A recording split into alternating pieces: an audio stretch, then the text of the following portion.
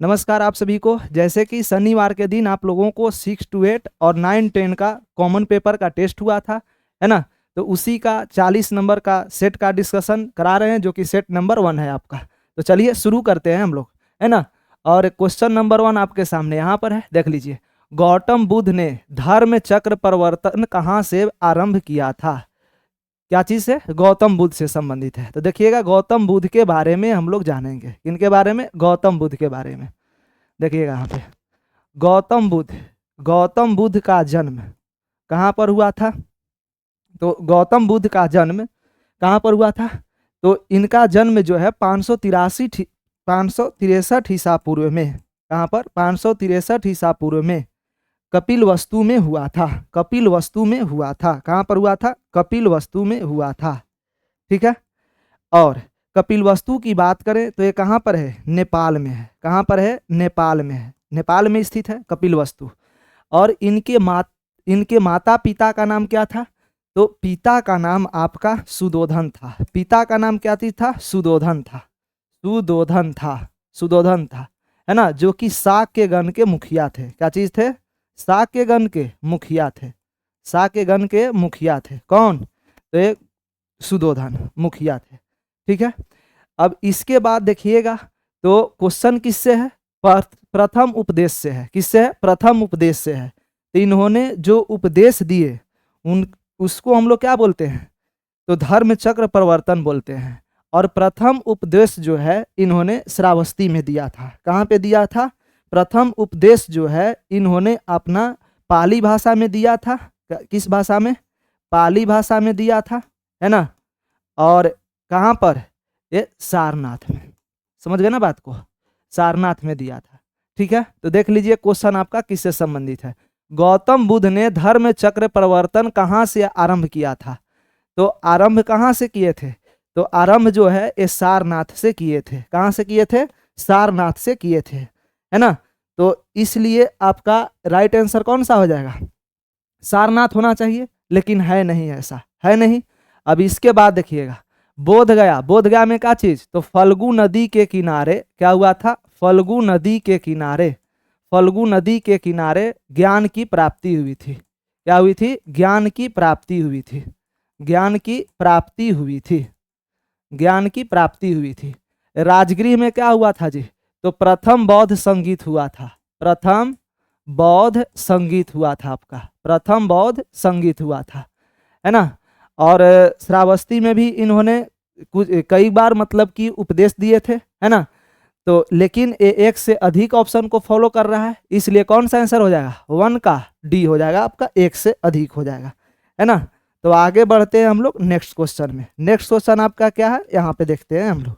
हाँ, देखिएगा इसका क्वेश्चन नंबर 2 पर, निम्नांकित में से कौन मानव निर्मित झील है?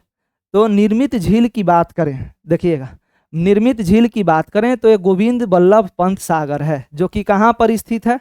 तो ये आपका उत्तर प्रदेश में, उत्तर प्रदेश में कहाँ पर? रिहंद नदी पर है। कहाँ पर है? उत्तर प्रदेश में रिहंद नदी पर है ना। और ये भारत का क्या चीज? भारत का सबसे बड़ा झील है।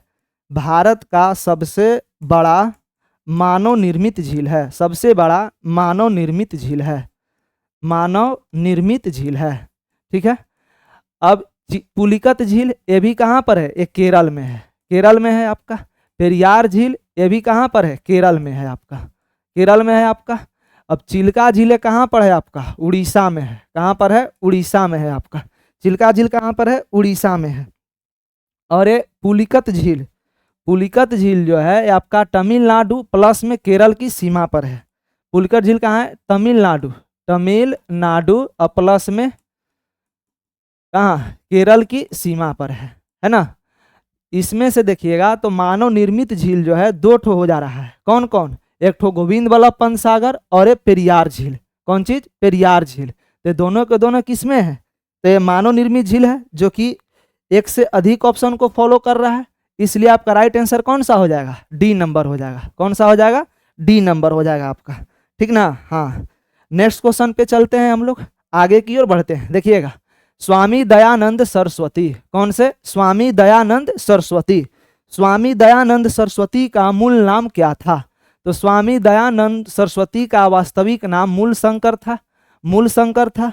और इनका जन्म जो है गुजरात में हुआ था। कहाँ पे जन्म हुआ था? गुजरात में हुआ था। कितने ईस्वी में? 1824 ईस्वी में, 1824 ईस्वी में, ठीक है। और मृत्यु कहाँ पर हुआ था? तो अजमेर में हुआ था। मृत्यु कहाँ पर हुआ था? अजमेर में हुआ था। कब हुआ था मृत्यु? तो 1883 ईस्वी में, 1883 ईस्वी में इनका मृत्यु हुआ था, है ना। और इन्होंने एक नारा दिया था, वेदों की ओर लौटो, वेदों की ओर लौटो। इनका नारा है, फेमस नारा है जी, वेदों की ओर लौटो। पूछता है कि वेदों की ओर लौटो नारा किनके द्वारा दिया गया है ना। और आर्य समाज की स्थापना भी किए थे। कौन से समाज? आर्य समाज की स्थापना भी किए थे। कब? 1885 ईस्वी में। कब किए थे? 1875 ईस्वी में, सॉरी यहाँ पे कितना हो जाएगा? 1875 ईस्वी में। हाँ, आर्य समाज की स्थापना कब? 1875 ईस्वी में, ठीक है। तो आपका राइट आंसर कौन सा हो जाएगा? सी नंबर, जो कि स्वामी दयानंद सरस्वती का कौन सा मूल नाम है, यानी वास्तविक नाम क्या है? तो मूलशंकर था। क्या चीज था?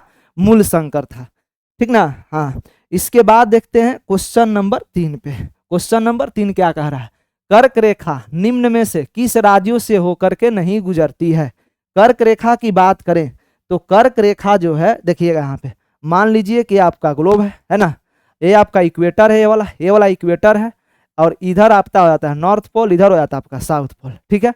अब यहाँ पर जो होता है वो 23.5 डिग्री ये नॉर्थ में होता है। क्या चीज? 23.5 डिग्री नॉर्थ में होता है। और ये वाला जो होता है आपका 23.5 डिग्री साउथ में होता है ना। अब इसी को हम लोग क्या बोलते हैं? कर्क रेखा बोलते हैं। क्या बोलते हैं? कर्क रेखा बोलते हैं, ठीक है। और इसको हम लोग क्या चीज बोलते हैं? मकर रेखा बोलते हैं। क्या बोलते हैं? मकर रेखा बोलते हैं, ठीक है।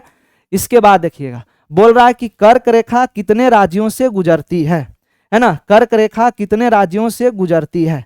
तो देखिएगा, हम लोग पश्चिम से चलेंगे। कहाँ से? पश्चिम से पूर्व की ओर। तो सबसे पहले गुजरात, गुजरात के बाद राजस्थान, राजस्थान के बाद मध्य प्रदेश, मध्य प्रदेश के बाद छत्तीसगढ़, क्या? छत्तीसगढ़, छत्तीसगढ़ के बाद झारखंड। क्या चीज? छत्तीसगढ़ के बाद झारखंड, झारखंड। तो झारखंड को हम लोग कैसे लिख देंगे? JR से, झारखंड। झारखंड के बाद पश्चिम बंगाल। कौन सा? पश्चिम बंगाल। पश्चिम बंगाल के बाद कौन सा? तो पश्चिम बंगाल के बाद हो जाएगा आपका कौन सा? तो पश्चिम बंगाल के बाद हो जाएगा आपका त्रिपुरा, त्रिपुरा, त्रिपुरा हो जाएगा आपका। और त्रिपुरा के बाद कौन हो जाएगा? मिजोरम हो जाएगा। कौन हो जाएगा? मिजोरम हो जाएगा। तो देख लीजिए, कर्क रेखा कितने राज्यों से? तो ये 1 2 3 4 5 6 7 8 यानी कि 8 राज्यों से होकर के गुजरती है। कर्क रेखा कितने राज्यों से? 8 राज्यों से होकर के गुजरती है। और एक क्रम कभी कभी पूछ देता है, तो इस क्रम को भी आप लोग ध्यान में रखिएगा। नहीं, देखिए ना, गुजरात है, राजस्थान है, ये पश्चिम से पूर्व की ओर है। कहाँ पर है? पश्चिम से पूर्व की ओर है। तो गुजरात है, राजस्थान है, मध्य प्रदेश है, छत्तीसगढ़ है, झारखंड है, वेस्ट बंगाल है, त्रिपुरा है और मिजोरम है ना। और ये 8 राज्य से होकर के गुजरता है, ठीक ना। तो कौन से राज्य से होकर के नहीं गुजरता है? देख लीजिए, राजस्थान से है ही, छत्तीसगढ़ से है ही, ये मणिपुर से होकर के नहीं गुजरता है। इसलिए आपका राइट आंसर कौन सा हो जाएगा? सी नंबर हो जाएगा। कौन सा हो जाएगा? सी नंबर हो जाएगा। अब कुछ इंपॉर्टेंट बात जी, इंपॉर्टेंट बात यह है कि 7 सिस्टर स्टेट कितने, कौन कौन आते हैं? तो 7 सिस्टर स्टेट है ना, 7 सिस्टर स्टेट। तो देख लीजिएगा इसमें कौन कौन से आते हैं। तो देखिए इधर 7 सिस्टर स्टेट में कौन कौन आते हैं। अरुणाचल प्रदेश हो गया। कौन हो गया? अरुणाचल प्रदेश हो गया आपका, अरुणाचल प्रदेश हो गया, है ना। इसके बाद कौन सा? असम हो गया। कौन हो गया? असम हो गया। असम के बाद लिखिएगा, असम के बाद लिखिएगा आप लोग, असम के बाद क्या चीज है? तो मणिपुर है, मेघालय है, मिजोरम है। मणिपुर, कौन? मणिपुर, मेघालय, मेघालय, है ना। इसके बाद कौन? मिजोरम, मिजोरम, मिजोरम। और इसके बाद कौन? त्रिपुरा। एक और क्या चीज है? त्रिपुरा है आपका। क्या है? त्रिपुरा है। और एक ठो और है ना, नागालैंड। कौन है? नागालैंड। तो इतने सारे क्या चीज में आ जाते हैं? 7 सिस्टर में आ जाते हैं नागालैंड। तो देख लीजिए, 7 सिस्टर में कितने राज्य? 7 राज्य। कौन कौन? अरुणाचल प्रदेश, असम, मणिपुर, मेघालय, मिजोरम, नागालैंड और त्रिपुरा। नागालैंड और त्रिपुरा, है ना। तो इसको भी याद रखना है। अब देखिए क्वेश्चन यहां से 1 2 और पूछता है, कौन सी नदी है जो कि कर्क रेखा को 2 बार काटती है? तो कौन सी नदी है? माही नदी है। माही नदी है जो कि कर्क रेखा को दो बार काटती है ना। कौन सी नदी? माही नदी। और कर्क रेखा कितने देशों से होकर के गुजरती है? तो 17 देशों से होकर गुजरती है। कितने देशों से? 17 देशों से होकर गुजरती है। नहीं, तो इसका राइट आंसर कौन सा हो जाएगा? सी नंबर हो जाएगा। नेक्स्ट क्वेश्चन पे हम लोग बढ़ते हैं। देखिएगा 5 नंबर पे, गोकक जलप्रपात से संबंधित सही तथ्य का चयन करें। देखिए बात किसका हो रहा है? जलप्रपात का हो रहा है। और जलप्रपात में भी किसका? गोकक जलप्रपात का। तो गोकक जलप्रपात जो है एक कर्नाटक में है और एक घाट प्रभा नदी पर है। ये दोनों सही है, ए और बी सही, दोनों सही है जी। एक कर्नाटक राज्य में है और एक घाट प्रभा नदी पर है, ये दोनों सही है। अब देखिएगा भारत में सबसे ऊंचा जलप्रपात की बात करें तो कूचिकल जलप्रपात है। कूचिकल जलप्रपात, कूचिकल जलप्रपात ये क्या है? तो ये सबसे ऊंचा जलप्रपात है। कूचिकल जलप्रपात है ना, जो कि सबसे ऊंचा जलप्रपात है। सबसे ऊंचा जलप्रपात है। सबसे ऊंचा जलप्रपात है। सबसे ऊंचा जलप्रपात है कौन? कूचिकल जलप्रपात। और इसकी ऊंचाई की बात करें तो 455 मीटर है। कितना मीटर है? 455 मीटर है। ठीक है ना। और ये कौन से नदी पर है? तो ये वराह नदी पर है। कौन से नदी पर है? वराह नदी पर है। इतना बात समझ में आ गया आप लोग को। अब देखिएगा कुछ इंपॉर्टेंट और जलप्रपात है जिनके बारे में हम लोग समझेंगे। शिव समुद्रम जलप्रपात कौन से नदी पर है जी? पूछता है क्वेश्चन, बताइएगा कमेंट में आप लोग भी। शिव समुद्रम जलप्रपात कौन से नदी पर है? कावेरी नदी पर है। कौन से नदी पर है? कावेरी नदी पर है ना। और ये भी कहाँ पर है? कर्नाटक में ही है। ठीक ना, ये भी कर्नाटक में ही है। अब इसके बाद देखिएगा जोगया गरसोपा, क्या चीज? जोगया गरसोपा, जोगया गरसोपा जलप्रपात, जोगया गरसोपा, गरसोपा जलप्रपात है ना। गरसोपा, एक मिनट, जोगया गरसोपा जलप्रपात। देखिएगा यहाँ पे जोगया गरसोपा, गरसोपा सोपा जलप्रपात कितना है? तो इसका है 253 मीटर। और ये कौन से नदी पर है? तो ये है आपका शरावती, ये है शरावती नदी पर है। कौन से नदी पर है? शरावती नदी पर है ना। तो ये सब आपके इंपॉर्टेंट जलप्रपात हुए जो कि परीक्षा के दृष्टिकोण से बहुत ही महत्वपूर्ण है। इसको याद रखना है आप लोग को, है ना। तो गोकक जलप्रपात वाला कौन सा आंसर हो जाएगा? तो दोनों को फॉलो कर रहा है, कर्नाटक राज्य में है और एक घाट प्रभा नदी पर है, इसलिए आपका राइट आंसर कौन सा हो जाएगा? एक से अधिक होगा। और ऐसा ऑप्शन नंबर डी में है आपका। तो कौन सा आंसर? डी नंबर हो जाएगा। नेक्स्ट क्वेश्चन पे बढ़ते हैं हम लोग। देखिएगा दादा भाई नौरोजी कब भारतीय राष्ट्रीय कांग्रेस के अध्यक्ष बने थे? कौन? दादा भाई नौरोजी। देखिए जी बात करें हम कांग्रेस की, किसकी? कांग्रेस की। तो कांग्रेस की स्थापना कब हुआ था? तो कांग्रेस की स्थापना जो है ये 28 दिसंबर 1985 को हुआ था। कब हुआ था? 28 दिसंबर 1885 को हुआ था। ठीक है। अब इसके बाद देखिएगा इसके महत्वपूर्ण अधिवेशन हुए, है ना, जो कि हमारे क्रांतिकारी, जो कि हमारे स्वतंत्रता के लिए बहुत ही महत्वपूर्ण था। नहीं, बहुत ही महत्वपूर्ण था। तो पहला जो अधिवेशन हुआ था वो कहाँ पर हुआ था? तो पहला अधिवेशन से संबंधित क्वेश्चन जो पूछता है उसको ध्यान में रखिएगा। तो पहला अधिवेशन जो है ये कहाँ पर हुआ था? 1885 में हुआ था। कहाँ पर हुआ था? 1885 में ही हुआ था। और ये मुंबई में हुआ था। मुंबई में हुआ था। मुंबई के कौन से? एक यूनिवर्सिटी था जिसका नाम था क्या चीज? गोकुलदास तेजप्रताप, गोकुलदास तेजपाल, गोकुलदास तेजपाल संस्कृत महाविद्यालय, संस्कृत महाविद्यालय। ये क्या चीज था जी? ये विद्यालय था। यहीं पे आपका पहली बार कांग्रेस का अधिवेशन हुआ था। क्या चीज हुआ था? अधिवेशन हुआ था। जिसके अध्यक्षता कौन किए थे? तो व्योमेश चंद्र बनर्जी किए थे। कौन किए थे? व्योमेश चंद्र बनर्जी किए थे। व्योमेश चंद्र बनर्जी किए थे। व्योमेश चंद्र बनर्जी जी किए थे। हाँ, व्योमेश चंद्र बनर्जी किए थे। लिख लीजिएगा इसको, व्योमेश चंद्र बनर्जी। समझ गए बात को? व्योमेश चंद्र बनर्जी किए थे। अब इसके बाद देखिएगा टोटल कितने प्रतिनिधि ने भाग लिया था? 22 प्रतिनिधि ने भाग लिया था। 22 प्रतिनिधि ने इसमें भाग लिए थे। ठीक है। अब इसके बाद देखिएगा द्वितीय अधिवेशन से भी क्वेश्चन पूछता है। तो द्वितीय अधिवेशन कब हुआ था? तो द्वितीय अधिवेशन जो है आपका वो कहाँ पर हुआ था? अधिवेशन, द्वितीय अधिवेशन जो हुआ था आपका वो कहाँ पर हुआ था? तो ये हुआ था आपका द्वितीय अधिवेशन आपका कहाँ पर हुआ था? ये हुआ था आपका कलकत्ता में, है ना, जो कि 1886 में हुआ था। कहाँ पर हुआ था? 1886 में, और एक कलकत्ता में हुआ था। और इसकी अध्यक्षता कौन किए थे? तो एक किए थे दादा भाई नेरोजी। कौन? दादा भाई नेरोजी किए थे, है ना, दादा भाई नेरोजी किए थे। ये वाला तो आपको फॉलो कर जा रहा है ना, द्वितीय वाला। ये वाला क्या चीज फॉलो कर रहा है। अब इसके बाद देखिएगा तीसरा वाला कहाँ पे हुआ था? तो 1887 में हुआ था। कहाँ पर हुआ था? 1887 में हुआ था, है ना। इधर देखिएगा 1887 में, देखिए तीसरा वाला कहाँ पर हुआ था? 1887 में, है ना। और ये कहाँ पर हुआ? तो तीसरा अधिवेशन जो 1887 में हुआ, और ये मद्रास में हुआ था। कहाँ पर? मद्रास में हुआ था। और इसकी अध्यक्षता कौन किए थे? बदरुद्दीन तैयबजी। बदरुद्दीन तैयबजी, बदरुद्दीन तैयबजी किए थे, तैयबजी किए थे इसकी अध्यक्षता, ठीक है। और ये प्रथम मुस्लिम अध्यक्ष हुए। ये पूछता है क्वेश्चन कि प्रथम मुस्लिम अध्यक्ष कौन हुए जो कि भारतीय राष्ट्रीय कांग्रेस की अध्यक्षता किए थे? तो बदरुद्दीन तैयबजी प्रथम मुस्लिम अध्यक्ष। कौन? प्रथम मुस्लिम अध्यक्ष हुए आपके, ठीक है। ये सब बातों को लिखते चलना है।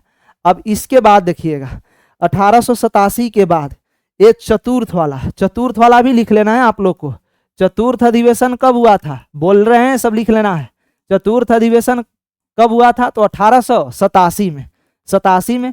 और ये ना इसके अध्यक्ष कौन थे? जॉर्ज यूले थे।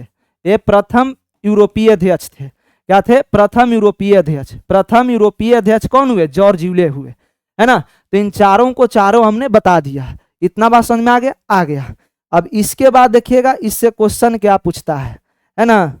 इससे क्वेश्चन क्या पूछता है, देखिए यहां पर इससे क्वेश्चन आपका क्या पूछेगा। हाँ, तो आगे की ओर देखते हैं। देखिए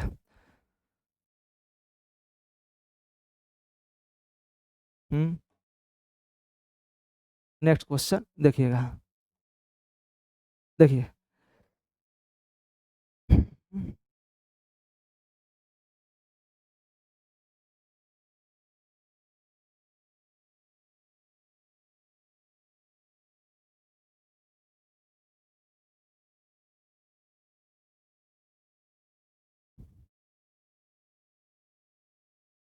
आगे की ओर देखते हैं। देखिए यहाँ पर कौन सा क्वेश्चन है?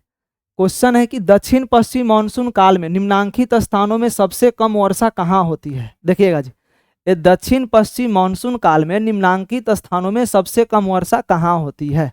देखिए अगर भारत में बात करें हम लोग किसकी, तो मानसून की, है ना। तो यहाँ की जो मानसून है वो कैसी है? उष्णकटिबंधीय मानसून है। कटिबंधीय है ना, उष्णकटिबंधीय है। और भारत में 80% वर्षा किससे होती है? तो भारत में 80% वर्षा किससे होती है? दक्षिण पश्चिम मानसून से होती है, ठीक ना, दक्षिण पश्चिम मानसून से होती है।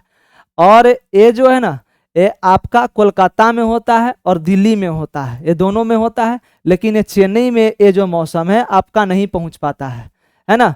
तो इसलिए आपका राइट आंसर कौन सा हो जाएगा? सी नंबर हो जाएगा आपका। कौन सा हो जाएगा? सी नंबर हो जाएगा आपका। इसके बाद देखिएगा 8 नंबर क्वेश्चन पे। 8 नंबर क्वेश्चन क्या कह रहा है? गदर पार्टी से संबंधित सही तथ्य का चयन करें। तो गदर पार्टी की स्थापना कब हुआ था? तो गदर पार्टी की स्थापना नवंबर 1913 में हुआ था। क्या हुआ था? नवंबर 1913 में हुआ था। कौन किए थे? तो देखिएगा यहाँ पे संस्थापक कौन थे? तो ये संस्थापक नेतृत्वकर्ता कौन थे आपके? तो नेतृत्वकर्ता थे लाला हरदयाल। कौन थे? लाला हरदयाल, है ना, लाला हरदयाल थे। अब इसके अध्यक्ष कौन हुए? तो अध्यक्ष हो गए इसके कौन? तो अध्यक्ष हो गए आपके सोहन सिंह भाखना। कौन हो गए? सोहन सिंह भाखना। सोहन सिंह भाखना इसके अध्यक्ष हो गए। नहीं, अब इसके बाद देखिएगा, कोषाध्यक्ष कौन थे? तो कोषाध्यक्ष थे इसके काशीराम। कोषाध्यक्ष कौन थे? काशीराम थे। काशीराम थे आपके कोषाध्यक्ष, ठीक है। अब इसके बाद देखिए, ये जो गदर पार्टी है ना, इन्होंने एक अखबार भी निकाले थे। तो वो अखबार जो है कौन से भाषा में? तो उर्दू भाषा में रिलीज हुआ था। कौन से भाषा में रिलीज हुआ था? उर्दू भाषा में रिलीज हुआ था इनका अखबार गदर पार्टी का। और इसका स्थापना कहाँ पर हुआ था? तो 1913 में हुआ था और ये सैन फ्रांसिस्को यूएसए में हुआ था। सैन फ्रांसिस्को यूएसए में हुआ था आपका, है ना। तो देख लीजिए कौन सा आंसर हो जाएगा। संस्थापक कौन थे? लाला हरदयाल थे 1913 में यूएसए में। तो उनमें से सभी फॉलो कर जा रहा है ना। तो ये ऐसा ऑप्शन किस में है? तो उपयुक्त में से कौन सा हो जाएगा? एक से अधिक हो जाएगा। नेक्स्ट क्वेश्चन पे और हम लोग बढ़ते हैं। देखिएगा 9 नंबर क्वेश्चन, भारतीय संविधान में निम्नांकित में से किस विषय से संबंधित अवधारणा ब्रिटिश संविधान से ली गई है?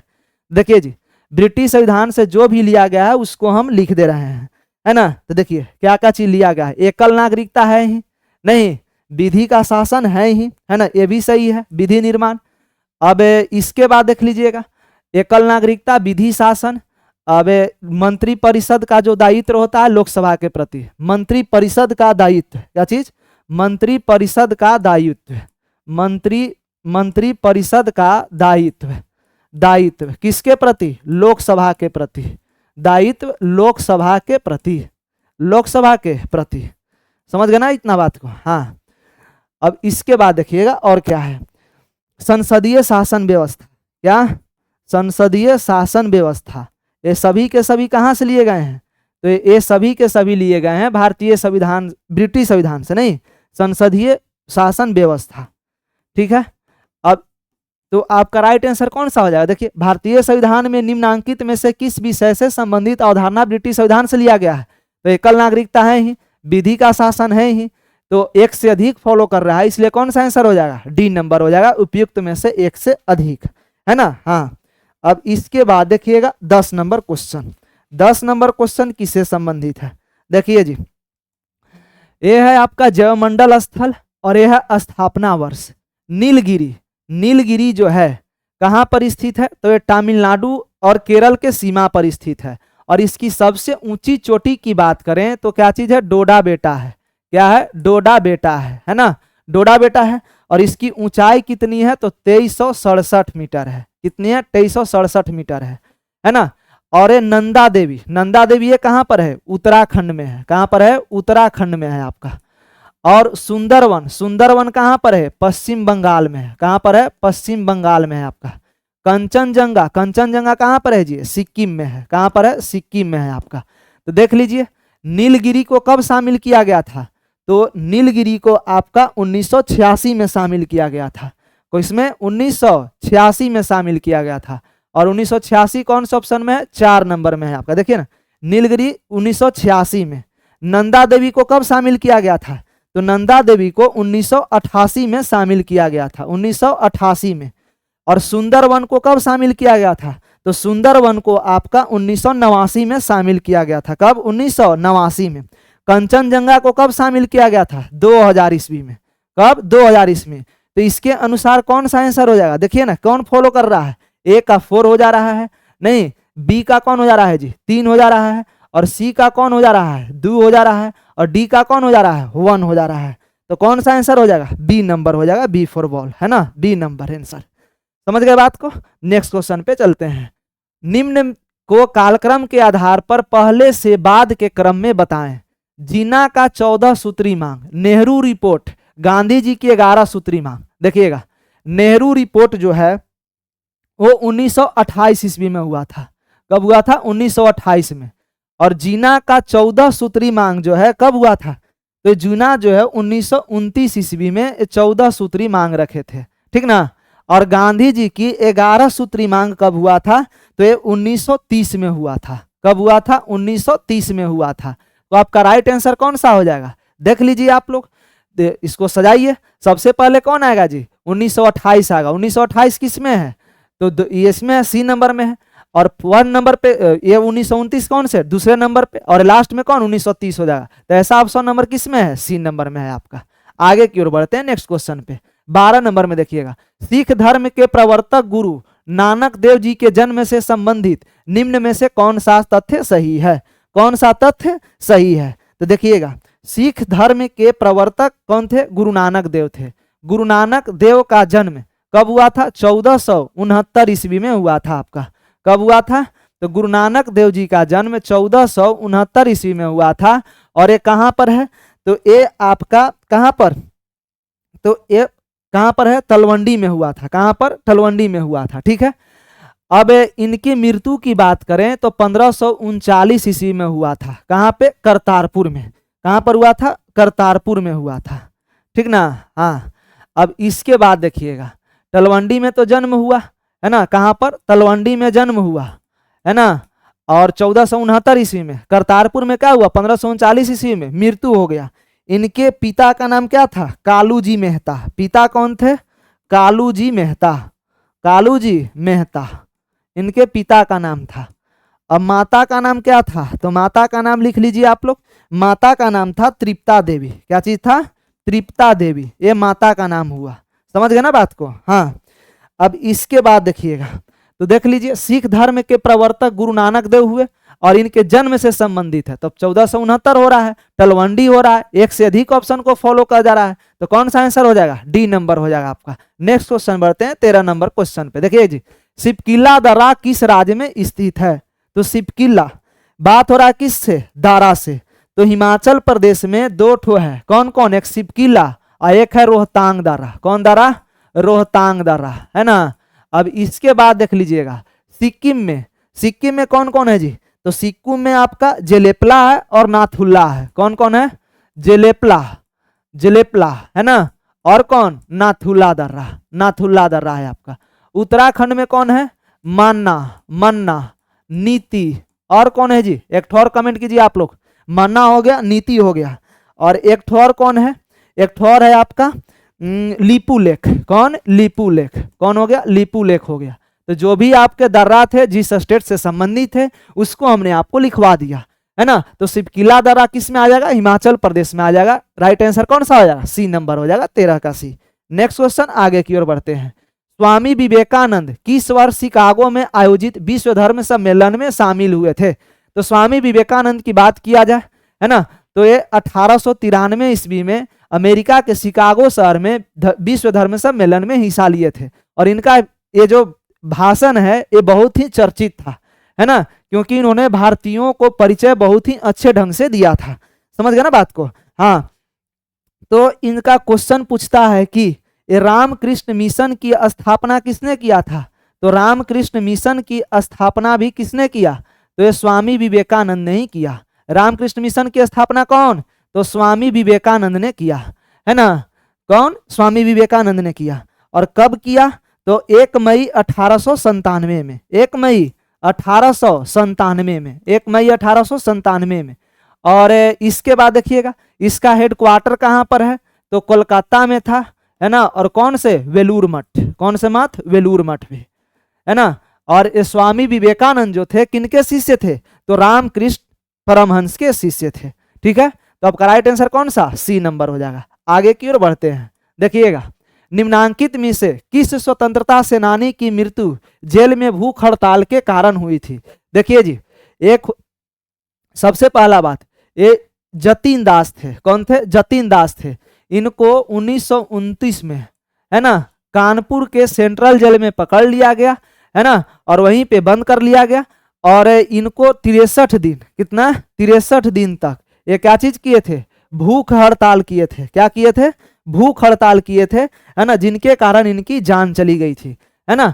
अब इसके बाद देखिए, एक क्वेश्चन पूछता है किससे, HRS, यानी HRA, हिंदुस्तान रिपब्लिक एसोसिएशन, है ना। और एक होता है क्या चीज, HSRA, Hindustan socialist Republic association. तो इन दोनों से क्वेश्चन पूछता है जी, तो इन दोनों से क्वेश्चन पूछता है। तो इसका स्थापना जो है 1928 ईस्वी में हुआ था, किसका, HSR का। और इसका स्थापना कब, हिंदुस्तान रिपब्लिक एसोसिएशन का कब, 1924 में हुआ था। यानी कि यही वाला जो है ना आगे चल करके क्या बन गया, HSRA बन गया। तो आपका राइट आंसर कौन सा हो जाएगा, सी नंबर हो गया। नेक्स्ट क्वेश्चन पे बढ़ते हैं हम लोग। हाल ही में किस लेखक या लेखिका को व्यास सम्मान 2023 मिला है। तो ये है आपके पुष्पा भारती। कौन है, पुष्पा भारती, है ना, पुष्पा भारती जी हैं। और इनके कौन से मतलब की नोवेल है, हिंदी भाषा का है उपन्यास, है ना। और हिंदी भाषा में किसके लिए, तो हिंदी भाषा में किसके लिए दिया गया है, तो हिंदी भाषा में आपका है यादें यादें और यादें। क्या चीज है, यादें यादें और यादें, है ना, यादें यादें और यादें, इनके लिए कौन सा पुरस्कार दिया गया है? व्यास सम्मान दिया गया है। व्यास सम्मान की बात करें तो ये कब से दिया जा रहा है जी? तो व्यास सम्मान जो है ये आपका इसमें 4 लाख रुपया दिया जाता है ना, और एक के बिरला फाउंडेशन के द्वारा दिया जा रहा है। इसके द्वारा के बिरला फाउंडेशन के द्वारा, है ना। और ये कब से दिया जा रहा है? तो ये आपका दिया जा रहा है 2000 कितना से, कमेंट करके आप लोग को बताना है इसको। 16 नंबर क्वेश्चन। तो ये आपको दिया जा रहा है 1991 से। कब से? 1991 से। और इस बार जो दिया गया आपका 33वां है। कहवा है? 33वां है। समझ गए ना बात को? हाँ, तो जो भी आपका व्यास सम्मान से संबंधित रिलेटेड क्वेश्चन था वो हम आपको डील करा दिए। तो 16 का आंसर कौन सा हो जाएगा? बी नंबर होगा। नेक्स्ट क्वेश्चन पे बढ़ते हैं हम लोग। खेलो इंडिया यूथ गेम्स 2024, ये जो है आपका 2018 में शुरू हुआ था, ठीक है। और ये 2024 वाला जो आयोजन होगा वो तमिलनाडु शहर के 4 शहर में होगा जी। कितने शहर में? 4 शहर में आयोजन होने वाला है। तो आपका राइट आंसर कौन सा हो जाएगा? सी नंबर हो जाएगा, तमिलनाडु। 18 नंबर क्वेश्चन, मेरा गांव मेरी धरोहर प्रोजेक्ट किस मंत्रालय से संबंधित है?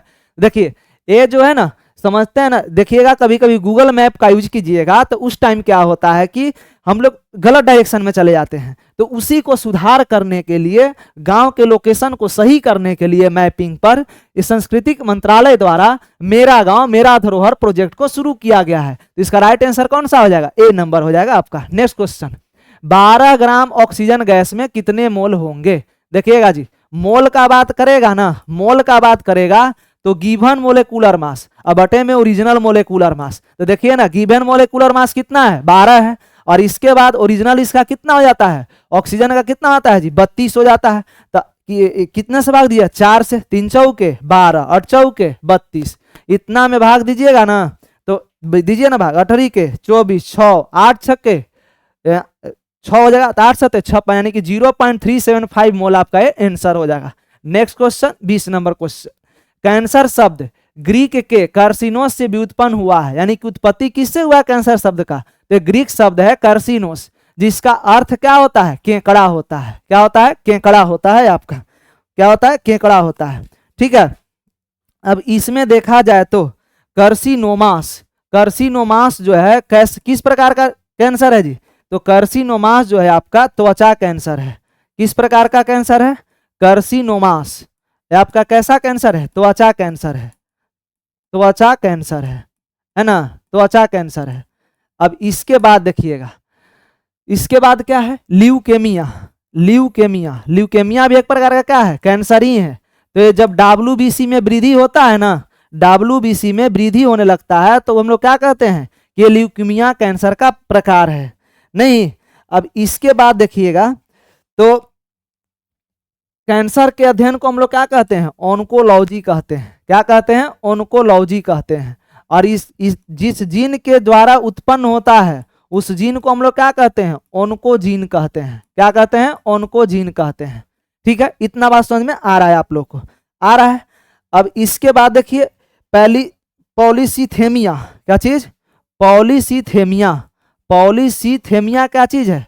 तो पॉलीसीथेमिया जो है आपका ये आरबीसी में वृद्धि वाला कैंसर है। आरबीसी में वृद्धि वाला क्या है? कैंसर है आपका, है ना। तो देख लीजिए, कैंसर शब्द का अर्थ क्या हो जाएगा? कार्सिनोस, और इसका अर्थ क्या होता है? केकड़ा होता है। तो 20 का आंसर कौन सा हो जाएगा? सी नंबर हो जाएगा। आगे बढ़ते हैं। सोडियम सल्फेट का रासायनिक सूत्र क्या है?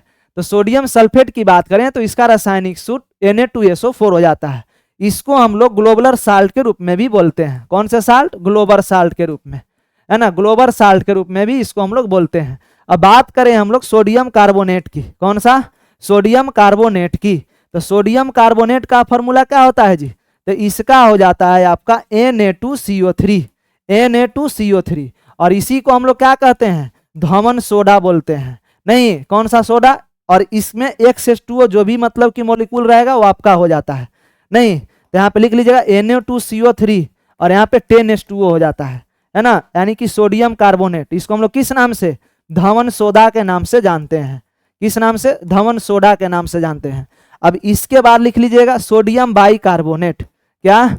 Sodium bicarbonate. तो सोडियम बाइकार्बोनेट को हम लोग किस नाम से जानते हैं? तो लिख लीजिएगा NaHCO3, NaHCO3। देखिए ना जी, बाई तखाई, भोजपुरी भाषा में याद रखिए, बाई तखाई यानी कि जो बाई करेगा, ज्यादा खाइएगा तो बाई करेगा। तो इसमें कहाँ पे प्रयोग? खाने वाला सोडा में। इसमें खाने वाला सोडा में इसका हम लोग प्रयोग करते हैं। इतना बात समझ में आ गया? आ गया। अब एक ठो और क्वेश्चन है NaCl। तो NaCl आपका क्या चीज है? साधारण नमक है आपका। क्या है? साधारण नमक है आपका। अब इसके बाद देखिएगा NaOH, NaOH क्या है आपका? कास्टिक सोडा है आपका। क्या है? कास्टिक सोडा है ना। तो ये सब आपका क्वेश्चन पूछता है एग्जाम में। जब ऐसा क्वेश्चन पूछता है तो ये सब से भी क्वेश्चन आ सकता, आने का संभावना है ना। और ये सब मतलब ट्रेंडिंग क्वेश्चन है। ये सब अगर आप गलती करके आते हैं तो आपका नॉर्मलाइजेशन इस समय मार्क्स घट सकता है ना। तो बोलिए नॉर्मलाइज में मार्क्स घट गया, घटेगा नहीं? जो मतलब कि अधिक % लोग आंसर दिए हैं वही वाला आप गलती कर दीजिएगा तो उसी में क्या होता है? मार्क्स घट जाता है। और जिसका कम % उत्तर दिया गया है और उसमें आपका क्वेश्चन सही निकलता है तो आपका क्या होता है? नॉर्मलाइज में बढ़ जाता है आपका। तो इसलिए इसमें राइट आंसर कौन सा हो जाएगा? सोडियम सल्फेट का रासायनिक सूत्र Na2SO4, ए नंबर हो जाएगा। नेक्स्ट क्वेश्चन पे बढ़ते हैं। आवृत बीजी में पौधों की पत्तियों में कितनी प्रकार की सीरा रचना होती है? देखिए जी, आवृत बीजी की बात करें है ना, तो ये इसका जो बीज होता है कोभर से ढका हुआ रहता है और इसके पौधे के पत्तियों में सीरा की रचना 2 प्रकार से होती है। तो आपका राइट आंसर कौन सा हो जाएगा? 2 नंबर हो जाएगा, बी आंसर। इसके बाद देखिए, कोशिका की एक प्रकार की अपशिष्ट निस्तारण प्रणाली है। वे किसी भी बाह्य सामग्री के साथ साथ खराब हो चुके कोशिकांगों को पचाकर कोशिका को साफ रखने में मदद करते हैं। देखिए जी, प्लास्टिक जो है ना, ये आपका क्या काम करता है? तो हरे पौधों में रंग देने का काम करता है। हरे पौधों में क्या देने का काम करता है? रंग देने का काम करता है ना। रंग देने का काम करता है, रंग देने का काम करता है। समझे ना बात को? हाँ, रंग देने का काम करता है, देने का काम करता है। जैसे कि नहीं देखते हैं लाल फूल होता है, पीला फूल होता है, तो सब किसके कारण? प्लास्टिड्स के कारण होता है ना। प्लास्टिड्स के कारण होता है। तो इसको हम क्या लिखेंगे कि ये हरे पौधों में रंग देने का कार्य करता है। समझ गए बात को? कार्य करता है। इसके बाद देखिएगा माइटोकॉन्ड्रिया। माइटोकॉन्ड्रिया जो है ये ऊर्जा में, मतलब इसको हम लोग कोशिका का पावर हाउस कहते हैं। कोशिका का पावर हाउस किसको? तो कोशिका का पावर हाउस हम लोग माइटोकॉन्ड्रिया को बोलते हैं। कोशिका की पावर हाउस किसको बोलते हैं? तो माइटोकॉन्ड्रिया को बोलते हैं। अब इससे क्वेश्चन क्या पूछता है कि माइटोकॉन्ड्रिया की खोज किसने किया था? अल्टमैन ने किया था। कौन किया था? अल्टमैन ने किया था। और ये कब किया था? कभी कभी एक ये भी क्वेश्चन आ जाता है। तो ये 1894 में किया था। कब? 1894 में। लेकिन इसका नामकरण कौन किया? माइटोकॉन्ड्रिया नाम कौन दिया?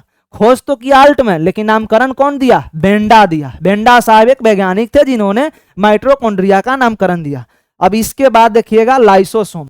लाइसोसोम की खोज किसने किया था? डी डुबे ने किया था। कब किया था? 1955 ईस्वी में किया था, है ना। और इनको इसी के लिए 1974 में कौन से अवार्ड दिया गया? नोबेल अवार्ड दिया गया। क्या चीज? 1974 में क्या दिया गया? नोबेल अवार्ड दिया गया। अब लाइसोसोम का काम क्या है? तो मान लीजिए कि जब कोशिका का निर्माण होता है तो उसमें जो कोशिका टूट फूट जाते हैं तो उसको भक्षण करने का काम कौन करता है? लाइसोसोम करता है। तो इसलिए इसको हम लोग क्या कहते हैं? आत्महत्या की थैली भी कहते हैं। क्या कहते हैं? आत्महत्या की थैली भी बोलते हैं। आत्महत्या की थैली भी इसको हम लोग बोलते हैं। समझ गए ना बात को? हाँ। और इसमें 50 प्रकार के एंजाइम पाए जाते हैं। कितने प्रकार के एंजाइम? 50 प्रकार के एंजाइम पाए जाते हैं। इसको भी नोट डाउन कर लेना है। नहीं, अब लाइसोसोम की बात हो रहा है तो इसका निर्माण कहां पर होता है? लाइसोसोम शरीर में कहां पे बनता है? तो गोल्जी बॉडी में बनता है। कहां पे? गोल्जी बॉडी यानी गोल्जी काय में बनता है। कौन? लाइसोसोम। तो इतने प्रकार से जो भी क्वेश्चन पूछते हैं हम आपको लिखवा दिए हैं। तो इसका राइट आंसर कौन सा हो जाएगा? बी नंबर हो जाएगा, क्योंकि कोशिका के अपशिष्ट निस्तारण प्रणाली का बात कर रहा है तो इसको भक्षण करने का काम कौन करता है? लाइसोसोम करते हैं। ठीक है, तो आपका राइट आंसर बी हो जाएगा। नेक्स्ट क्वेश्चन देखिएगा, राना टिग्रीना किस जीव का वैज्ञानिक नाम है? तो देखिए जी, बात हो रहा है किससे? राना टिग्रीना से। और वैज्ञानिक नाम से एक नाम सुने होंगे, द्विनाम पद्धति। कौन सी पद्धति? द्विनाम पद्धति। तो द्विनाम पद्धति की बात करें तो ये 1753 ईस्वी में, कब? 1753 ईस्वी में कैरोलस लिनियस साहब ने, किसने? कैरोलस लिनियस साहब ने, कैरोलस लिनियस साहब ने क्या किए थे? मतलब कैरोलस लिनियस साहब जो थे इन्होंने खोज किए थे द्विनाम पद्धति की। जिसमें से पहला जो शब्द होता है क्या होता है, जीनस होता है। क्या होता है, जीनस होता है, यानी कि वंश होता है। क्या हो जाता है आपका, वंश होता है। और दूसरा जो शब्द होता है आपका स्पीसीज हो जाता है आपका। क्या हो जाता है, स्पीसीज हो जाता है। और लास्ट यानी कि ये जाति हो जाता है। क्या होता है, स्पीसीज मीन जाति। और लास्ट में ना लीन लगा देते हैं। काशी लगाते हैं, लीन लगाते हैं, जो कि वैज्ञानिक के नाम को ये दर्शाता है कि लिनियस साहब ने इनकी खोज किए थे। समझ गए ना बात को। हाँ, तो जैसे कि मान लीजिए ना कि आदमी का नाम क्या है, होमो सैपियंस है। क्या है, होमो सैपियंस है। आदमी का वैज्ञानिक नाम क्या है, होमो सैपियंस है। तो होमो सैपियंस में होमो क्या हो गया आपका, जीनस हो गया, और सैपियंस क्या हो गया आपका, स्पीसीज हो गया आपका, है ना। तो ये बात हो रहा है किसका, राना टिग्रीना का। तो राना टिग्रीना का वैज्ञानिक नाम किसका है जी, तो एशियाई मेढक का है। किसका है, एशियाई मेढक का है ना। और ये द्विनाम पद्धति को ही हम लोग वैज्ञानिक नाम के नाम से भी हम जानते हैं। तो राइट आंसर कौन सा हो जाएगा, बी नंबर हो जाएगा। नेक्स्ट क्वेश्चन 25 नंबर, केंद्रीय कैबिनेट ने किस नए स्वायत्त के निर्माण को मंजूरी दी है। देखिए जी, ये मोदी सरकार जो है ये युवाओं के लिए क्या है, दम कमर तोड़ सरकार है, नहीं है। दम साफ साफ बोलिए कि कमर तोड़ सरकार है कि नहीं। अपना आवाज रखिए तो आपकी आवाज को क्या करते हैं, दबा दिया जाता है ना। सभी जगह पुलिस लगा करके, जैसे कि अभी रेलवे भर्ती में हुआ था, है ना। तो ये बोल रहा है कि केंद्रीय कैबिनेट के किस नए स्वायत्त निर्माण को मंजूरी दी है। तो देखिए ये बोलते हैं मेरा युवा भारत, है ना, लेकिन ये युवा को ही कमर तोड़ के रखे हुए हैं। और यही इसी को मतलब कि स्वायत्त के निर्माण में मंजूरी दिया गया है। इसका काम क्या रहेगा, तो इसका काम रहेगा डिजिटल के बारे में सीखिए, प्रौद्योगिकी के बारे में सीखिए, है ना। और जो बेरोजगार हैं उनका भी कुछ न कुछ मतलब कि उपाय किया जाएगा। किसके, कौन से पोर्टल के द्वारा, तो मेरा युवा भारत के द्वारा। तो जो भी हमारे बेरोजगार साथी हुए वो जाकर के इस पोर्टल पे आप लॉगिन कर सकते हैं, अपना आईडी इस पे बना सकते हैं, ठीक है। लेकिन होने वाला उसे कुछ है नहीं ना। हाँ, बस ये केवल योजना धरा का धरा ही रह जाएगा, ठीक है। नेक्स्ट क्वेश्चन आगे की ओर बढ़ते हैं। देखिए कितने वैज्ञानिकों को वर्ष 2022 का शांति स्वरूप भटनागर पुरस्कार दिया गया है। देखिए शांति स्वरूप भटनागर पुरस्कार अगर इसकी हम बात करें तो कब से, मतलब कि किस क्षेत्र में दिया जाता है, तो विज्ञान के क्षेत्र में दिया जाता है। किस क्षेत्र में दिया जाता है, विज्ञान के क्षेत्र में दिया जाता है ना। और ये जो है ये शांति स्वरूप भटनागर पुरस्कार ये कब 2022 में कितने लोगों को, 12 लोगों को दिया गया था। कितने लोगों को दिया गया था, 12 लोगों को दिया गया था। और ये कब से दिया जा रहा है, 1958 से दिया जा रहा है। कब से दिया जा रहा है, 1958 से दिया जा रहा है। और इसमें ना 5 लाख रुपए की प्राइज दिया जाता है। कितने लाख रुपए की, 5 लाख रुपए की प्राइज दिया जाता है। तो आपका राइट आंसर कौन सा हो जाएगा, सी नंबर हो जाएगा। नेक्स्ट क्वेश्चन आगे की ओर, हाल ही में भारतीय नौसेना ने किस जल क्षेत्र में स्वदेशी गाइडेड मिसाइल तैनात की है। तो देख लीजिएगा बात हो रहा है किसका, भारतीय नौसेना की, इंडियन नेवी की, है ना, इंडियन नेवी। इंडियन नेवी देखिएगा यहाँ पे इंडियन नेवी की स्थापना दिवस की बात करें, क्या चीज, स्थापना दिवस की बात करें तो कितना है जी, 4 दिसंबर है। कितना है, 4 दिसंबर है। इसका आदर्श वाक्य क्या है जी, तो आदर्श वाक्य इसका है सन्न वरुणा। सन्न वरुणा मतलब कि जल के देवता हमारे लिए शुभ हो या जल की देवता को प्रणाम हो, है ना, ऐसा इसका हिंदी अर्थ होता है। और अभी वर्तमान में इंडियन नेवी के मतलब प्रमुख कौन है, तो ये है आपके एडमिरल, कौन है जी, ये है एडमिरल हरि कुमार। कौन है, एडमिरल हरि कुमार हैं, हरि कुमार हैं, ठीक है। और सीडीएस प्रमुख कौन है, तो सीडीएस प्रमुख हैं अनिल चौहान। ये सब याद रखिएगा, ऐसा पूछ सकता है एग्जाम में। हाँ, अनिल चौहान। और इंडियन आर्मी की बात करें तो इंडियन आर्मी के अध्यक्ष कौन है, तो इंडियन आर्मी के अध्यक्ष हो गए आपके कौन, मनोज पांडे। कौन हो गए, मनोज पांडे हैं। समझ गए ना बात को। हाँ, तो देख लीजिए आपका क्वेश्चन किससे है, नौसेना जो है किस जेल क्षेत्र में स्वदेशी गाइडेड मिसाइल तैनात की है, तो गल्फ ऑफ एडन में किया है। तो 27 का कौन सा आंसर हो जाएगा, ए नंबर हो जाएगा। नेक्स्ट क्वेश्चन आगे की ओर, सोमा क्लोन क्या है। देखिए जी, तो सोमा क्लोन जो है ना, इसमें पौधे को टिश्यू कल्चर के द्वारा उत्पादित किया जाता है। पौधे को कैसे उत्पादित किया जाता है, टिश्यू कल्चर के द्वारा उत्पादित किया जाता है, ठीक ना। लेकिन इसका गुण क्या होता है, तो पढ़िए ऑप्शन नंबर ए में क्या कह रहा है, पौधे जो रासायनिक रूप से स्रोत पौधे के समान होता है, नहीं, एकदम नहीं। पौधे जो आकारिक रूप से मूल पौधे के समान होते हैं, भी नहीं होता है। पौधे जो स्वतः ही मूल पौधे के समान होते हैं, नहीं। इसका सोमोक्लोन का अर्थ ही होता है कि जो पौधे जिस पौधे से तैयार किए जाते हैं उस पौधे के अनुवांशिक गुण मिलते हैं। कौन से गुण मिलते हैं? अनुवांशिक गुण मिलते हैं। तो कौन सा आंसर होना चाहिए था? अनुवांशिक गुण। अनुवांशिक गुण, लेकिन किसी में है क्या अनुवांशिक गुण? किसी में नहीं है, इसलिए कौन सा आंसर हो जाएगा? उपरोक्त में से कोई नहीं, ये 28 का ये नंबर हो जाएगा। नेक्स्ट क्वेश्चन, आगे की ओर बढ़ते हैं। देखिएगा 29 नंबर क्वेश्चन। ओपेरिन के अनुसार पृथ्वी के आदिम वातावरण में निम्न में से क्या उपलब्ध नहीं है? तो ओडिम जो बोले थे कि ये पृथ्वी जो था उस समय ऑक्सीजन शुरुआत में नहीं था, बस यही इनका कहना था, और ऐसा कुछ इन्होंने बोले नहीं थे, है ना। ये प्रमुख जियोग्राफिकल हुए, है ना, लेकिन इनका यही कहना था कि पृथ्वी जब था शुरुआत में तो उस समय पृथ्वी पर ऑक्सीजन नहीं था, बस यही इसका है। तो कौन सा आंसर हो जाएगा? 29 का ए हो जाएगा आपका। नेक्स्ट क्वेश्चन, किस शहर में शुद्ध हरित हाइड्रोजन संयंत्र चालू किया गया है? देखिए जी, आपका करंट अफेयर से क्वेश्चन है, और शुद्ध हरित हाइड्रोजन संयंत्र ये जो है आपका हैदराबाद, मुंबई, पुणे, उपयुक्त में से अधिक एक कोई नहीं। देखिए ये जो आपका शुद्ध हरित हाइड्रोजन है, क्या शुद्ध हरित हाइड्रोजन संयंत्र जो है ये कहां पर? असम में किया गया है। कहां पर किया गया है? असम में किया गया है। तो इसमें कोई भी ऑप्शन को फॉलो नहीं करता है, यानी उपयुक्त में से कोई नहीं हो जाएगा आपका राइट आंसर। कौन? ई नंबर हो जाएगा आपका। समझ गए ना बात को? हाँ। नेक्स्ट क्वेश्चन देखिए 31 नंबर क्या कह रहा है? भारत की कुल जनसंख्या के सापेक्ष बिहार की जनसंख्या का प्रतिशत कितना है? तो भारत के कुल जनसंख्या के सापेक्ष टोटल कितना है? तो यहां पे देखेंगे हम लोग, देखिए एक मिनट थोड़ा सा, है ना।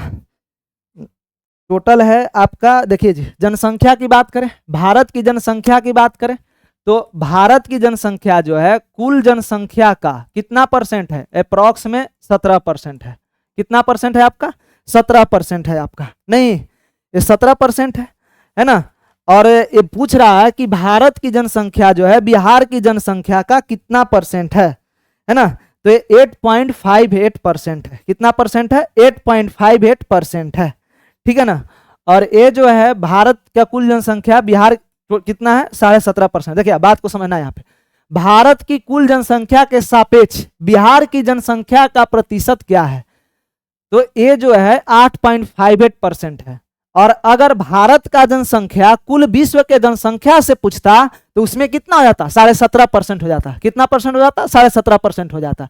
और भारत में सबसे अधिक जनसंख्या की बात करें तो किस राज्य की है? उत्तर प्रदेश की है। किसकी है? उत्तर प्रदेश की है। इतना बात समझ में आ रहा होगा आप लोग को। तो नेक्स्ट क्वेश्चन 32 नंबर क्वेश्चन देखिएगा, कौन सा जोड़ा बिहार के दक्षिणी गंगा क्षेत्र से मेल नहीं खाता है? देखिए जी, ये जो बिहार की जो गंगा है ना, ये बिहार को दो भागों में बांटती है, एक उत्तरी गंगा और एक दक्षिणी गंगा। कौन गंगा? उत्तरी गंगा, और दूसरा में कौन? दक्षिणी गंगा। ये दो बराबर भागों में बांटती है दक्षिणी गंगा, है ना। तो दो बराबर भागों में बांटती है। तो इसमें जो है ये पटना जो है कौन से गंगा में आता है? तो दक्षिणी गंगा में आता है। कौन से गंगा में? दक्षिणी गंगा में आता है आपका। मुंगेर भी आपका किस में? दक्षिणी गंगा में आता है आपका। अरवल भी किसने? गया अरवल किस में? दक्षिणी गंगा में आता है आपका। लेकिन ये जो वैशाली जो है आपका उत्तरी गंगा में आता है। किस में आता है? उत्तरी गंगा में आता है आपका। तो कौन नहीं फॉलो कर रहा है भाई? ये वाला जोड़ा फॉलो नहीं कर रहा है, यानी कि राइट आंसर कौन सा हो जाएगा? सी नंबर हो जाएगा। नेक्स्ट क्वेश्चन, आगे की ओर बढ़ते हैं। किसी राशि पर, अब यहां से आपका मैथ शुरू हो रहा है ना, और मैथ भी शानदार तरीके से करना है एकदम। देखिए जी, क्वेश्चन नंबर 33, किसी राशि पर 1.5 साल के लिए लगा 8% का साधारण ब्याज इतना रुपया है, 360 रुपया है, तो समान राशि पर समान ब्याज दर के हिसाब से समान समय दुगना कर दिया जाए तो चक्रवृद्धि ब्याज ज्ञात कीजिए। यहां पे समझिएगा बात को। देखिए इसमें क्या कह रहा है, ये टाइम कितना दिया हुआ है आपका? 1.5 साल नहीं, और रेट ऑफ इंटरेस्ट कितना है आपका? 8%। कितना है? 8%। समझ गए ना बात को। और एसआई कितना है आपका? तो एसआई जो है 360 रुपया है। कितना रुपया है? 360 रुपया है। तो पहले हम लोग इसकी सहायता से मूलधन नहीं निकाल लेंगे, एकदम आराम से निकाल लेंगे। तो एसआई बराबर क्या होता है बाबू? बोलिए ना, पी इंटू में आर इंटू में टी बटे में 100। यही ना एसआई का फॉर्मूला होता है, जिसमें से एसआई आपका कितना दिया हुआ है? 360 दिया हुआ है। मूलधन आपका कितना है? यही तो निकालना है हम लोग को। आर आपका कितना है? 8% है। टाइम आपका कितना है? 1.5 है। और बटे में कितना हो जाएगा? 100 हो जाएगा। तो देखिए ना जी, कितना हो गया है? 15 और ये 10, तो नीचे 1000 हो जाएगा नहीं, और 15 8 20 से 120 हो गया। देखिए ऐसे करना है एकदम, और 120 में 30 से भाग देंगे तो कितना हो जाएगा 3, यानी कि पी का वैल्यू आपका कितना हो जाएगा जी 3000 रुपया हो जाएगा। कितना रुपया हो जाएगा 3000 रुपया हो जाएगा। अब पी हमको मालूम हो गया और समय जो बोल रहा है कि अब दोगुना कर दिया जा रहा है, क्या समय अब दोगुना कर दिया जा रहा है, यानी कि 1.5 में अब कितना हो जाएगा दोगुना किया तो इसका 3 हो जाएगा, लेकिन रेट ऑफ इंटरेस्ट वही रख रहा है 8%। अब इसका साधारण ब्याज सीआई पूछ रहा है, यानी कि कंपाउंड इंटरेस्ट पूछ रहा है। नहीं तो समय कितना है 3 है, तो लाइन मेथड से बनाइएगा जी, ऐसा नहीं कि बेसिक से फॉर्मूला उठा कर बनाइएगा, नहीं वैसे दिक्कत हो जाएगा एग्जाम में। लाइन मेथड जो है एकदम मतलब तोड़ देता है क्वेश्चन को, है ना, अलग अलग सब अलग वर्ष का अलग अलग सीआई निकल जाता है। तो देखिएगा 3 वर्ष है तो 3 भागों में बांट दिए इस लाइन को, कितने भागों में 3 भागों में। और पहला 1 ईयर का ना एसआई और सीआई क्या होता है आपका बराबर होता है, एसआई सीआई कितना होता है बराबर होता है। तो देखिए ना मूलधन आया है कितना 3000 रुपया, अब 3000 का 8% कितना हो जाएगा आपका बोलिए 240 तो 240 तीनों में हो जाएगा आपका। नहीं अब इसका हम लोग फिर से दूसरे साल के निकालने के लिए क्या चीज करेंगे 8% निकालेंगे। तो 240 का यदि हम लोग 8% करेंगे तो कितना हो जाता है आपका ये 19.2 हो जाता है। कितना हो जाता है 19.2 हो जाता है। आप लोग खुद से निकाल लीजिएगा 8% इसका खुद से निकाल लीजिएगा, एकदम इतना ही आएगा 19.2%। समझ गए ना बात को। हाँ अब इसके बाद देखिए अब ये तीसरे साल का यहाँ पे लिखना है तो इन टोटल का योग करना पड़ेगा। कितना टोटल का योग करेगा तो 240 और 240 कितना 480 और 480 में 19.2 को हम जोड़ेंगे तो कितना हो जाएगा 480 में 19.2 को जोड़िए ना 19.2 को जोड़िए कितना हो गया 0.299 और 49 कितना हो गया जी तो 499.2 हो गया आपका। कितना हो गया 499.2 हो गया। और इसका 499.2 का जब हम 8% निकालते हैं ना तो कितना हो जाता है तो ये हो जाता है आपका 39.93। कितना हो जाता है 39.93 है ना। अगर पूछता कि पहले साल का सीआई तो इतना हो जाता, देखिए कितना आसान हो गया। पहले साल का सीआई 240, दूसरे साल का सीआई ए, तीसरे साल का सीआई टोटल है ना। तो तीसरे साल का लेकिन तीनों साल का अगर कंबाइन अगर पूछेगा तो तीनों को हम लोग को जोड़ना पड़ेगा। तो 240 को 3 बार हम लोग जोड़ेंगे तो कितना हो जाएगा आपका 720 हो जाएगा आपका। कितना हो जाएगा 720। और 19.2 को जोड़िए 19.2 को भी ऐड कर दिए, उसके बाद 39.3 को भी हम लोग ऐड कर दिए। तो कौन सा आंसर होगा देख लीजिए 3 हो गया 9 2 11 हो गया 9 9 18 अब 1 19 हो गया 3 2 5 और 2 7 अब 1 8 हो गया और 7 एकम 7 हो गया। यानी कि कौन सा है जी ये 779.13 आपका राइट आंसर हो जाएगा। कौन सा ए नंबर आपका ऑप्शन सही हो जाएगा। ठीक है नेक्स्ट क्वेश्चन हम लोग आगे की ओर बढ़ते हैं। 33 के बाद 34 केशव और विपुल की आयु का अनुपात 9:10 है। 12 वर्ष बाद उनकी आयु का अनुपात 13:14 हो जाता है। तो केशव की वर्तमान आयु ज्ञात करें। देखिए इसमें ट्रिक नहीं लगाइए, ये बेसिक वाला क्वेश्चन से बन जाएगा है ना। इसमें ज्यादा कुछ सोचना नहीं है, जैसे कह रहा है वैसे ही उसी के लैंग्वेज में लिख देना है। देखिएगा केशव है और ये विपुल है, क्या है केशव है और ये विपुल है, ठीक ना। अब इन दोनों का जो एज है कितना कितना दिया हुआ है जी 9x है और 10x है कि नहीं। क्या है 9x और 10x हम लोग इसको मान लिए। तो ऐसे करेंगे इसको, देखिए 9x बटे में 10x कितने साल बाद हो जा रहा है तो 12 साल बाद। तो 12 से हम लोग क्या कर देंगे जोड़ देंगे और इसका अनुपात कितना हो जा रहा है 13:14 हो जा रहा है। नहीं तो इसको गुना कीजिए ना भाई, गुना कीजिए 14 9 126। समझे ना बात को। ठीक है अब 14 बार है कितना हो गया आपका 14 9 126। ठीक है 14 में 10 से गुना करेंगे तो कितना हो जाएगा 12 के 48 12 कम 12 168। इसके बाद देखिए 130x हो गया, नहीं 13 दहा को 130 अब प्लस में 13 बार है 156 हो गया आपका। 12 3 36 है 15 156। ठीक है ना। अब इसको जोड़िए इधर इसको सॉल्व कीजिए तो 168 में से 156 को घटाइए ना कितना आ रहा है 15 क्या हाँ एकदम बिल 15 नहीं 12 हो जाएगा आपका। कितना हो जाएगा 12 हो जाएगा आपका है ना। 156 में से 168 में से 156 वो हटाएंगे तो कितना हो जाएगा 12 और ये वाला कितना हो जाएगा जी 4x। देख रहे हैं ना ये आसान क्वेश्चन है लेकिन कैलकुलेटिव कर दिया है ना। तो ये सब प्रैक्टिस खोजता है, क्या खोजता है प्रैक्टिस करिएगा तो तुरंत बन जाएगा ये सब क्वेश्चन। देखिएगा तो 4x को भाग देंगे तो कितना हो गया 3x यानी x की वैल्यू कितना 3। तो किसका उम्र पूछता है केशव की वर्तमान आयु क्या है और केशव का वर्तमान आयु हम लोग देख रहे हैं 9 है 9x है। तो 9 में 3 से गुना कर देंगे तो कितना हो जाएगा 27 वर्ष हो जाएगा। तो 34 का आंसर कौन सा ए नंबर हो जाएगा। नेक्स्ट क्वेश्चन इसके बाद देखिए 40 संख्या प्राप्त करने के लिए इतना को किससे गुना किया जाना चाहिए।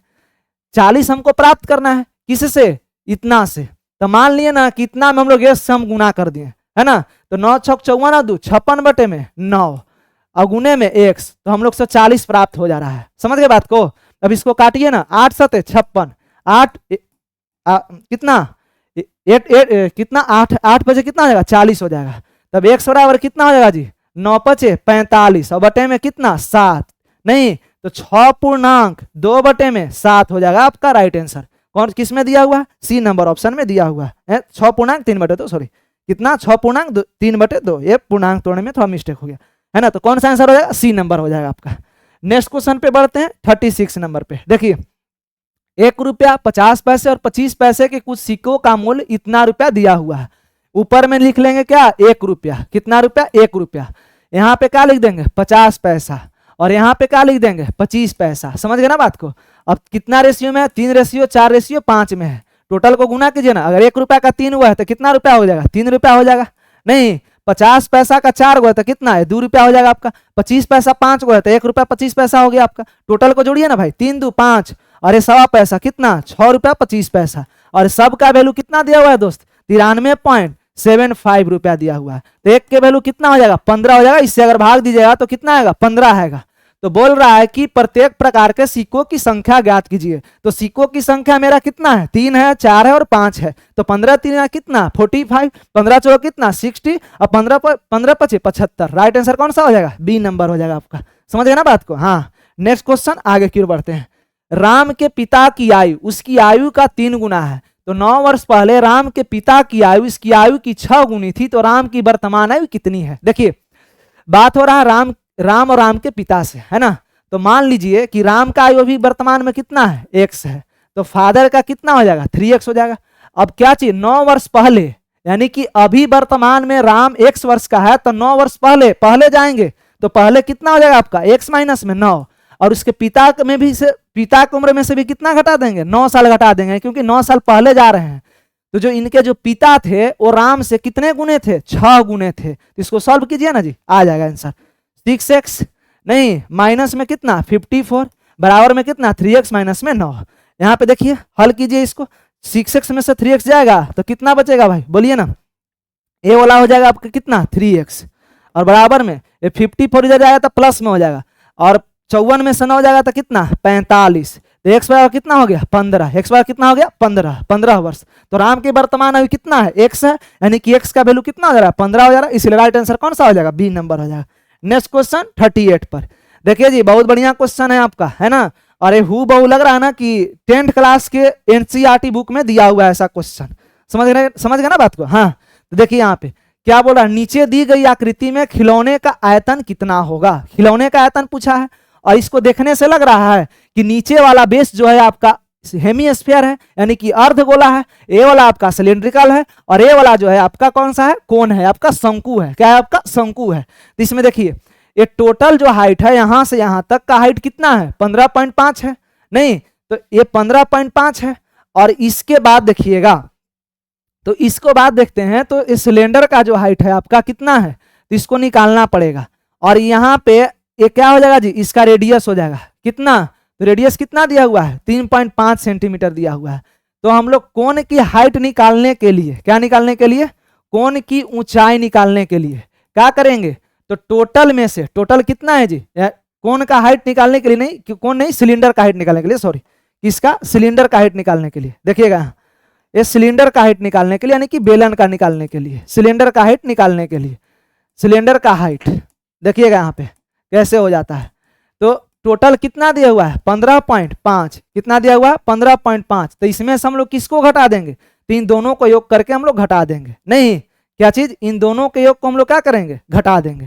तो कितना हो जाएगा आपका बोलिए ना, ए आपका हो जाएगा किसमें 6 और प्लस में 3.5, तो कितना हो गया जी 15.5 में से हम लोग क्या करेंगे घटाइए ना, कितना 9.5 को, तो कितना हो गया आपका 6 हो गया। टोटल कितना हो गया। अब खिलौना का आयतन पूछ रहा है, तो इन सब का आयतन निकाल करके हम लोग जोड़ देंगे तो खिलौने का आयतन नहीं निकल जाएगा। तो खिलौना का आयतन निकालने के लिए सब का आयतन निकालिए ना। सबसे पहले हम लोग किसका आयतन निकालेंगे, अर्धगोला का। तो अर्धगोला का आयतन क्या होता है 2/3 पाई r क्यूब, प्लस में कोण का आयतन कितना होता है जी 1/3 पाई आर स्क्वायर एच। और सिलेंडर का कितना होता है 1 पाई आर स्क्वायर एच। सिलेंडर का कितना होता है पाई आर स्क्वायर एच। देखिएगा पाई आर स्क्वायर एच हो जाता है आपका। समझ गए ना बात को। हाँ अब इसमें कॉमन लेने वाली बात कौन है जी, तो कॉमन लेने वाला बात कौन कौन है, तो पाई आर स्क्वायर है आपका। कौन है पाई आर स्क्वायर है आपका। हाँ तो ले लीजिए कॉमन ले लीजिए पाई आर स्क्वायर। तो 2/3 हो जाएगा, यहाँ पे आर हो जाएगा आपका, प्लस में ये कितना 1/3 हो जाएगा, और यहाँ पे क्या हो जाएगा आपका एच हो जाएगा आपका। नहीं और यहाँ पे क्या हो जाएगा जी, यहाँ पे क्या हो जाएगा एच हो जाएगा, केवल एच हो जाएगा। तो अब समझिएगा बात को, यहाँ पे समझिएगा, यहाँ पे क्या समझना है, ये 22 में कितना हो जाएगा जी 7 हो जाएगा। गुने में रेडियस इसका कितना दिया हुआ है 3.5 है, 3.5 है, गुने में 3.5।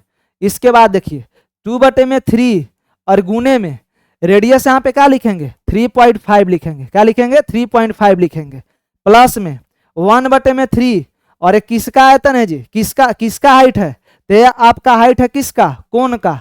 तो कोण का हाइट आपका कितना आया हुआ है 6 आया हुआ है, कितना आया हुआ है 6 आया हुआ है। तो देख लीजिए कोण का हाइट कितना 1/3 1/3 है ना, 1/3 और गुने में 6 से हम लोग गुना कर देंगे, प्लस में अब यहाँ पे हाइट किसका है ये सिलेंडर का है, तो सिलेंडर का हाइट कितना हम लोग जोड़ देंगे 6 को जोड़ देंगे।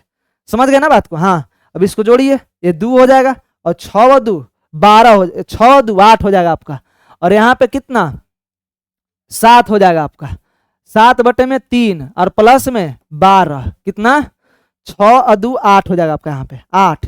तब इसको जोड़िए, टोटल जोड़ेंगे तो कितना हो जाएगा आपका 18 के 24 और 7 31/3, 31/3 हो गया आपका, 31/3 हो गया, यानी कि 22/7 और गुने में 3.5 और गुने में 3.5 और गुने में 31/3। अगर इन सब को हल कीजिएगा ना तो किसके बराबर आंसर आ जाता है, तो ये आपका आंसर जो है कितना के बराबर आ जाएगा 397.8 सेंटीमीटर क्यूब के बराबर आ जाएगा, है ना। कितने के बराबर आ जाएगा 397 पॉइंट कितना 397.8 के बराबर आंसर आ जाएगा। समझ गए ना बात को। हाँ ये 397.8 के बराबर आ जाएगा कोण का हाइट है। नेक्स्ट क्वेश्चन पे हम लोग आगे बढ़ते हैं। देखिए समानांतर श्रेणी 3 8 13 18 का कौन सा पद 78 है। तो देखिएगा जी ए बराबर में कितना दिया हुआ है 3, नहीं डी बराबर में कितना दिया हुआ है 5, और टी एन बराबर टोटल कितना दिया हुआ है 78। तो टी एन का फॉर्मूला क्या हो जाता है ए प्लस एन माइनस 1 इंटू में डी हो जाता है आपका। ये कितना हो गया 78 बराबर में 3 प्लस एन का वैल्यू निकालना है हम लोग को, और डी का वैल्यू कितना दिया हुआ है जी, डी का वैल्यू दिया हुआ है 5 आया है, क्या घटाने पर, हाँ 5 आया है। तो 78 में से 3 जाएगा 75 बच जाएगा, कितना बच जाएगा 75, एन माइनस में 1 इंटू में 75, 15 में बार में कट जाएगा, तो एन का वैल्यू कितना हो जाएगा आपका 16 हो जाएगा, कितना हो जाएगा 16 हो जाएगा। राइट आंसर कौन सा हो गया सी नंबर हो गया। नेक्स्ट क्वेश्चन बढ़िए, इसको एकदम आसान क्वेश्चन है। देखिए 4 दूनी 8, 8 और 1 9, 9/4 हो गया आपका, कितना हो गया 4। तब ये वाला 4 कहाँ चल जाएगा ऊपर चल जाएगा, कहाँ चल जाएगा ऊपर, कहाँ पे चल जाएगा ऊपर, है ना। तो इसको हम लोग 4/में हम 9 लिख सकते हैं, नहीं अब 9 तिया 27, 27 और 4 31, यहाँ पे कितना हो गया जी 31/9, नहीं तब 31/9 हो गया, तो 31/9 हो गया, तो 9 कहाँ पे चला जाएगा ऊपर चला जाएगा, कहाँ पे चला जाएगा ऊपर, और नीचे में क्या बच जाएगा 31, 9 ऊपर में चला जाएगा नीचे में बच जाएगा 31, नहीं हाँ। अब 31 में इतना से गुना कीजिए, कितना हो गया 31 और 9 40, तो यहाँ पे कितना आ जा रहा है जी 40 आ जा रहा है, कितना आ जा रहा है यहाँ पे 40, और 40 में कितना आ जा रहा है 31 हो जा रहा है। तो ये वाला 31वां कहाँ चल जाएगा ऊपर, तो 31 में 5 से गुना कीजिएगा तो कितना हो जाएगा 155, और बटे में कितना 40, तो 40 चौके 160, 160 में से 155 को घटा दीजिए तो कितना बचेगा आपका 5, कितना 5, तो 5 में कितना 40, तो इसको भाग देंगे तो कितना हो जाएगा आपका 8 में 8 आ जाएगा। राइट आंसर कौन सा सी नंबर हो जाएगा। ठीक है तो मिलते हैं नेक्स्ट टेस्ट में, है ना। तब तक के लिए धन्यवाद।